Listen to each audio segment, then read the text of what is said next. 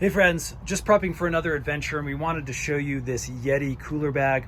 This is such a neat bag. Honestly, the design is just super cool. It looks really awesome. We love the color schemes. And this has been really one of our favorite day bags. Now, obviously Yeti is known for making really great products that work really well. This one's kind of unique in that the top doesn't have a zipper. Basically, you just have this plastic seals. You can open it up, you can see you have a ton of space in this one. And then when you close it back up, it just snaps shut, creates that nice seal, and you're good to go. Now, the one downside we've seen is that this really is just for a day bag.